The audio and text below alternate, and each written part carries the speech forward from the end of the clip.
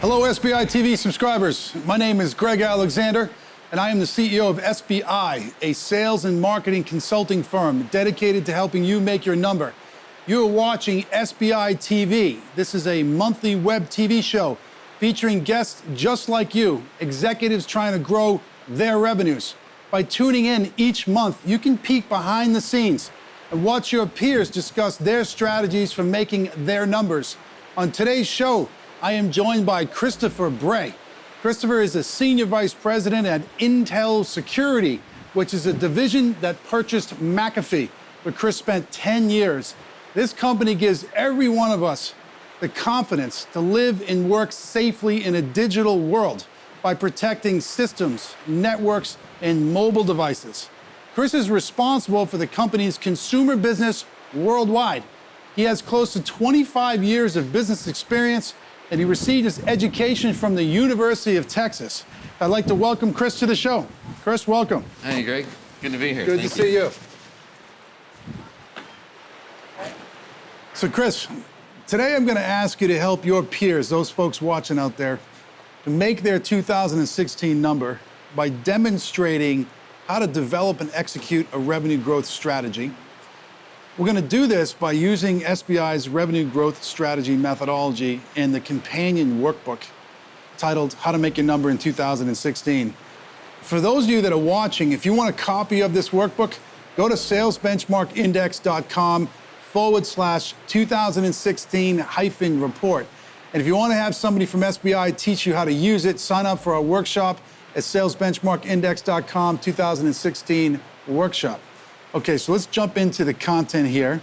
You know, our firm's point of view is that there's a 6-step process to follow to grow revenues, but today's show is only about 30 minutes.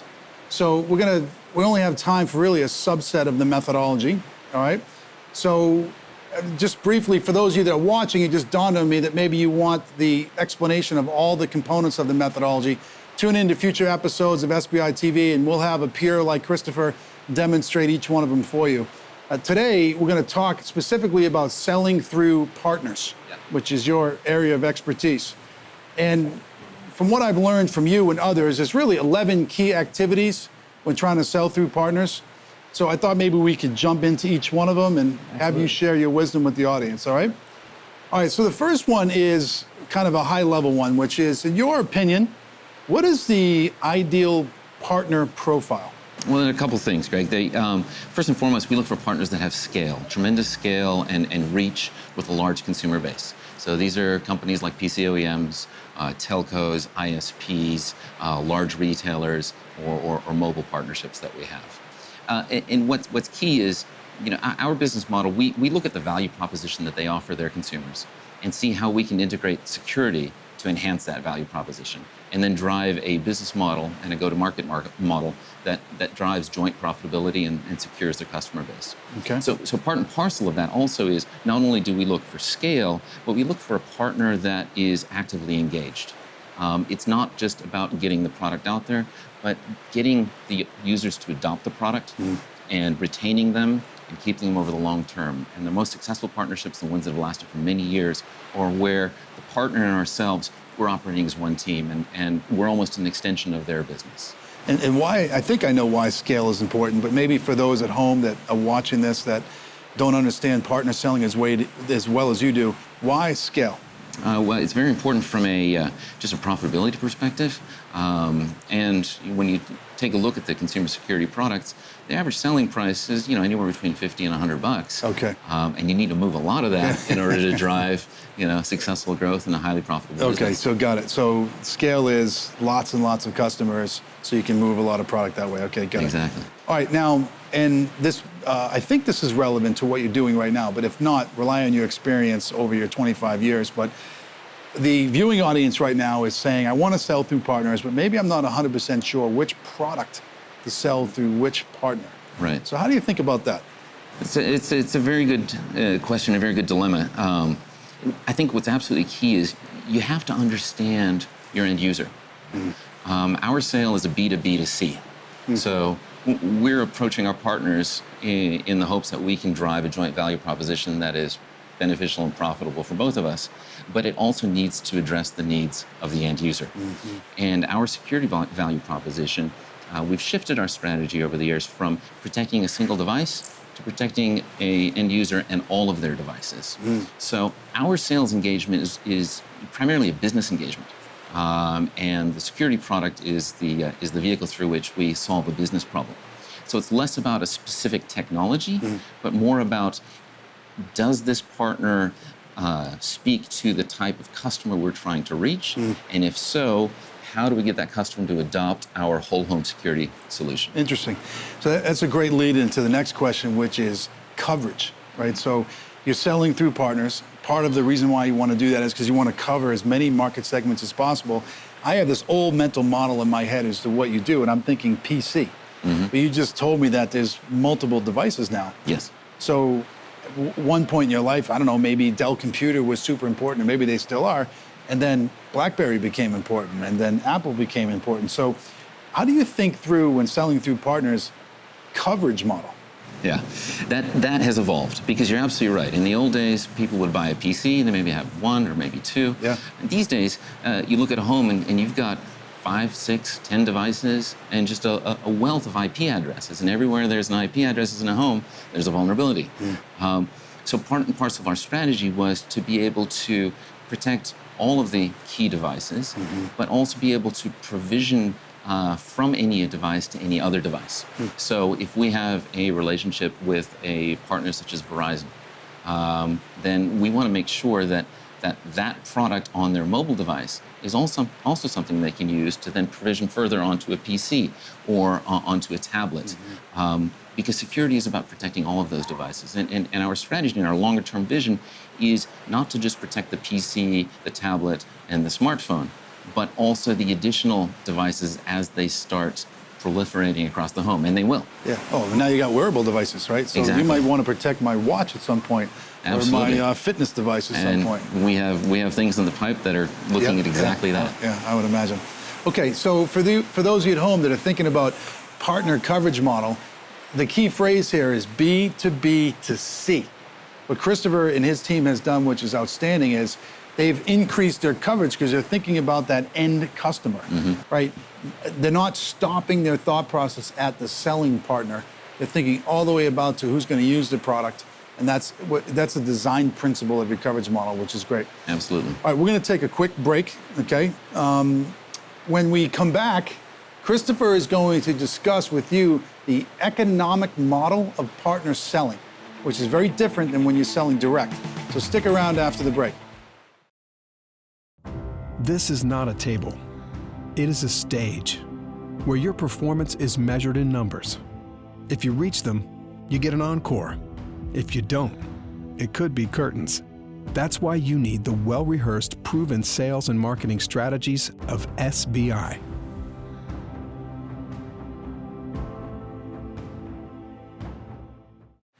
Welcome back. You are watching SBI TV. I am Greg Alexander, CEO of SBI, and that is Christopher Bray, Senior Vice President, Intel Security.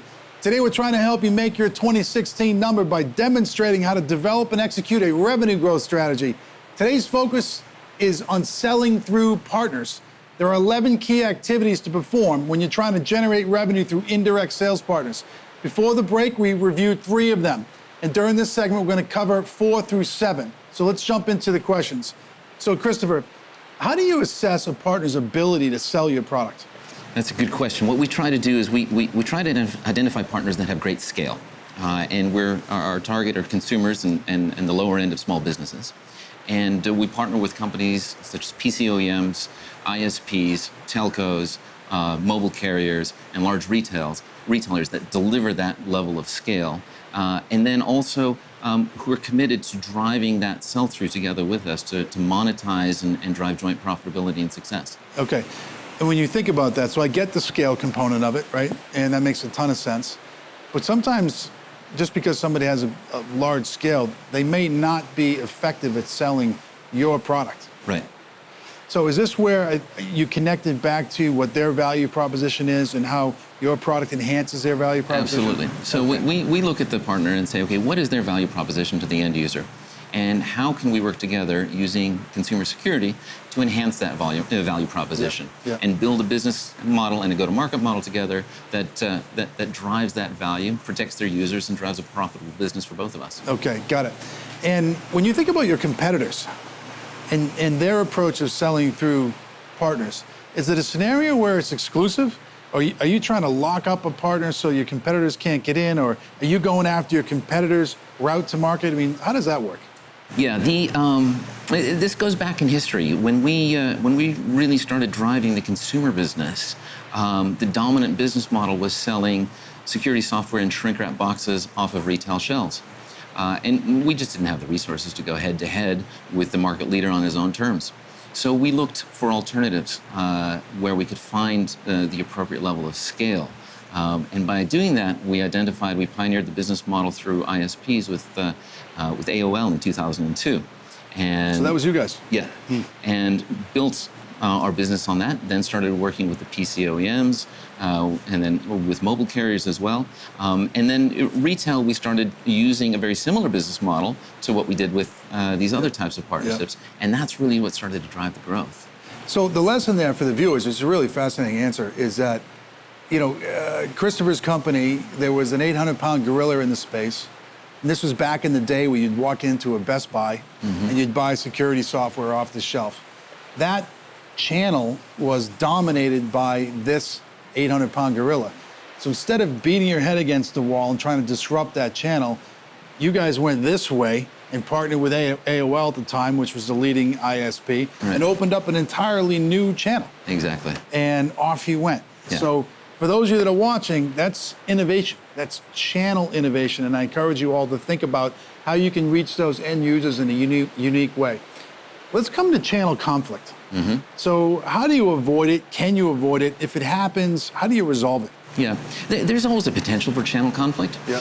But one of the things that we realized is that through this business model, and you know, as you said earlier, these are overwhelmingly exclusive relationships. Yeah. The key to acquiring the customer is the user experience. Yep. And being there at the right time when that customer needs that software. And so in a scenario where offering through a PC OEM, it happens through the out-of-box experience when they start up for the first time. In the ISP space, it usually happens when they sign up for the service. These are very different and separate customer experiences. And we found there's very little channel conflict that occurs. And there's also the customer that really enjoys going into a retail store, really wants to see the product. Very different buying behaviors, very different channels. And really, as part of designing these specific go-to-market models with each one of these partners, we're very cognizant of making sure that we don't have like-for-like offerings. We can really tailor them based on what that partner wants to do. So it's not all of a sudden that you see product X and product X through two channels with the same configuration, the exact same price, and the same value proposition. That's actually pretty rare. Interesting. Well, let's talk about the economic model of selling through channel partners. So I think about it as, I'm a retailer, whether online retail or offline retail. You wholesale it to me, I mark it up, package it with my core product, and sell it to the end user. Right. So the economic model is I make the markup from wholesale to retail. Is that the economic model? It varies. Okay. There is no one business model the way that we do our business. Again, we sit down with a partner and say, okay, what are your financial objectives? How do we reach those profitability targets? And based on the type of volumes and scale that they can offer us, we can start to put together a rough model and a pretty accurate estimate as to what it will bring if they do the following activities. So this can take all sorts of forms. Okay. We have PCOEM partners that like to offer our software as a trial. So you've got the full functionality of software available to you for a given amount of time, and if you like it, then you pay online and you get the subscription for a year or however long we sell it, and our PCOM partner gets a revenue share on the back of that. Okay. But contrast that to an ISP that's offering internet access, and a lot of these guys offer sort of a good, better, best, right? The basic speed, the the faster speed, and then the premium Yep. speed. And in those scenarios, we'll work out business models where on the basic, you pay for the security software. But if you move up to the faster speeds, security software is included. And our partner will then bake it into the price and remit a royalty to us on the basis of that. Interesting. Yeah. But it can, you can slice and dice that in many various shapes and Yeah. sizes. What strikes me that I think one of your keys to success, and you've been doing this for a long time, is you're always focused on your partner's success. Mm-hmm. So you just gave two radically different economic models. There's the wholesale to retail markup. There's the revenue share. There's the royalty. Mm-hmm. So if it really is a partnership and you're focused on their best interest, I guess the message is think outside the box, come up with creative ways where there's enough money for everybody to go around. Exactly, and we consider it a competitive differentiator. We enable our sales teams, we really train them to be business people and enable and empower them to sit across from a partner and start to craft these things in almost real time. And in many instances, it's been the difference between us and someone else getting the business who comes in with a fixed, mandated approach. This is how we work. Take it or leave it. Take it or leave it. Yeah. And then our guys come in and say, okay, Yeah. how do we want to do this? Where's your whiteboard? Let's figure this out together. Okay, fantastic. Excellent. All right, we're going to take one last break. When we come back, Christopher is going to advise you on how to recruit and onboard new selling partners, so stick around. Your finish line is your number, and the only way to reach it is to make certain everyone is pulling their weight and headed in the same direction. That's why SBI uses proven techniques to bring everyone on your team on board with successful, standardized sales programs, enabling victory at the turn of every quarter.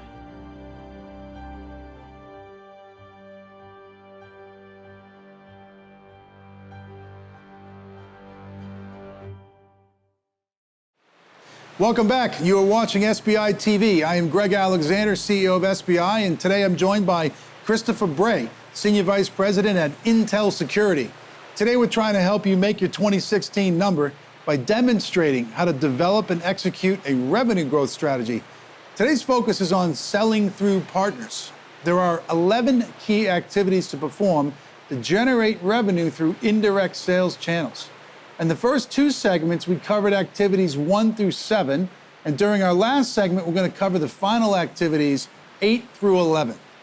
So, Christopher, let me jump into my next set of questions. So, how do you select, recruit, and onboard new selling partners? It really varies by partner. When you look at our key verticals, and our key verticals are the PC OEMs, and the ISP telcos, the mobile carriers, and retail. And we also do a good amount of business through the financial segment. You have to understand what is their pain point. What is the value proposition that is really relevant to them? As many people know, the PC hardware business is extremely competitive, and the margins are razor thin. Why is security relevant to them? Well, in many cases, security is the margin on the box because it is such a needed product. Our PC OEM partners know that by offering it through their PCs, they'll get a pretty good adoption rate, and they'll be able to drive the profitability of their business. When you look at an ISP, it's a different pain. ISPs are selling access to the internet, which is easily commoditized. Yeah. So they're clamoring to differentiate themselves, and they're very, very keen on retaining their subscribers. Churn is a big issue. And one of the things that we've shown is that security software reduces churn and maximizes retention in that space. You look at a financial institution, it's a completely different value proposition. Financial institutions are not interested in making money, per se, through security software, but rather driving as many of their customers online as possible, because that helps them scale and minimizes their need to build infrastructure and more branches. Well, people are very hesitant about transacting online with all the things that they hear out there. But partnering with a security company, they can drive trust and hence drive adoption to their online banking. And it's understanding these things and being able to demonstrate that to our partners that really helps them and helps us build a successful business model together. Okay, so the way that you're selecting them is you're thinking about what is it trying to do for their customers, how does your product sold through them increase their value proposition? And if you can find that, Exactly. which are like interesting little unique use cases, if you Right. will, then that's a good criteria upon which to choose partners. Absolutely, because I mean, you can't just say, I'm looking for a partner who has scale, right? You know, Kellogg's has scale. Yeah. They've got great products, but how's security relevant to a cereal box, Yeah, right? it's not. It's not. Okay, great. All right, so let's say that we've selected them, recruited them, and onboarded them. Yeah. Now you have the tough duty of helping them sell a lot. Mm-hmm. So how do you enable your partners to sell more of your product? Yeah, we've designed our business in what we call a very partner-centric model. Mm-hmm. And we have a marketing organization that works hand in hand with our sales organization that says, great, you know, we've crafted the deal, we've built the business model, we've agreed on the go-to-market model. Let's now work together on monetization. And we bring a wealth of best practices from our engagements over many, many years that shows a partner that by doing the following activities, you drive penetration, you drive adoption, you drive ASPs, you drive retention, you drive cross and upsell programs. And these are the things, you know, you asked earlier, what makes a good partner? A good partner is a partner that really buys into these things and then invests in these activities. And when they do, they see the return. And we also see very, very long-term partnerships coming out of it. Interesting. So over the years, you've developed what I would call some playbooks. Absolutely. And you bring those to the partner and say, do these things, and this is what drives demands for the products, okay? And it's a science. I mean, we can really sort of break it down and say, if you do this, you're going to realize this. And you can quantify it in terms of real dollars. Yeah, okay. So for those that are watching at home, if you're planning on selling through partners and maybe you're new to this, don't leave out the partner enablement program, because you can sign up all the partners in the world, but if you don't enable them to sell, they're not going to sell anything for you. All right, let's come to the next question in this segment, which is, at Intel Security, you have an organization that's built to support your partners, right? So for those that might be new to this, I mean, how do you structure a partner organization inside of a company? Yeah. I think the key is really understanding your partner's business. And what it is that they're trying to achieve, what are their pain points, what are their aspirations, what are their financial goals, what are their business objectives, and then building your organization to be able to respond to that. The thing that we found that made us very successful is not to have a one-size-fits-all model. We don't have a fixed set of products that are, you know, configured in a specific way and not changeable or adaptable to the partner's needs. We don't sit there with a fixed price list with a fixed business model, say this is how we work and that's it. And we have engineering teams that are very closely engaged with our partners' teams to make sure that whatever we do, be it you know, from the product side or be it a marketing side or any other side, that we're doing it in response to how they do business. It's about how they do business and how we enhance it. And then you build your organizational accordingly. Yeah, so I absolutely love that answer, because sometimes I see companies and they have this rigid way to engage with partners. They have this org chart that's been in place forever. And then they sign up a new partner, and the new partner may have a new set of needs. Right. I mean, it is a partnership. Exactly. And then the manufacturer, or the producer in your case, is unwilling to morph, you know, how they serve that partner, and ultimately the partner dies, right? So that's great. So you're very much a work backwards from what the needs of the partner are, and you build a support mechanism in place for that. Exactly. And that's evolved over many years. Yeah, okay. So I guess my last question in this segment is, how do you measure the contributions that each partner makes to your business? Is it just strictly, you know, revenue numbers and things like that? Are there other measurements that help you determine this partner is better than this partner and that partner is better than this partner, et cetera? With each one of our partnerships, we build a P&L. Oh, wow. And we update it on a regular basis. We also sit down with our partners and we develop KPIs together. You know, what makes this partnership successful? And then we also hold QBRs. Okay. And through those key tools, we can monitor on a pretty good basis, is this a healthy, a profitable partnership? And we can also identify things that need to be fixed and addressed relatively early and improve them together. Okay. So it's very comprehensive. It's very scientific. Absolutely. Yeah, so what I love about that is you have a P&L at the partner level, okay, which I don't think a lot of companies doing, which is great. You got to set upon agreed KPIs, which I'm assuming you and the partner set together. Yes. this is what I need from you, this is what you need from me. Exactly. And then you have an operating cadence built on the quarterly cycle, and you get together and go through a QBR. Absolutely. Okay, fantastic. So Christopher, unfortunately, we're out of time. But I want to, on behalf of our audience, I want to thank you for coming here and making a contribution to our field. I think your peers have increased their chances of hitting the number next year, because I know that I'm working on many sales strategies with lots of companies right now, and they're calling out the need to sell more effectively through partners. So thanks a bunch for being Thank you on very the much show. for I having me. really It's been a real appreciate it. pleasure. Excellent. And I'd also like to thank you, our viewers, for tuning in. If you enjoyed this show, I suggest you subscribe to SBI TV. You can find us at salesbenchmarkindex.com/TV, or if it's easier for you, just go to YouTube and search for Sales Benchmark Index. We have some outstanding guests, people like Christopher, confirmed for future episodes from beautiful locations like this that you will not want to miss. So until then, I wish you nothing but the best of luck as you try to make your number.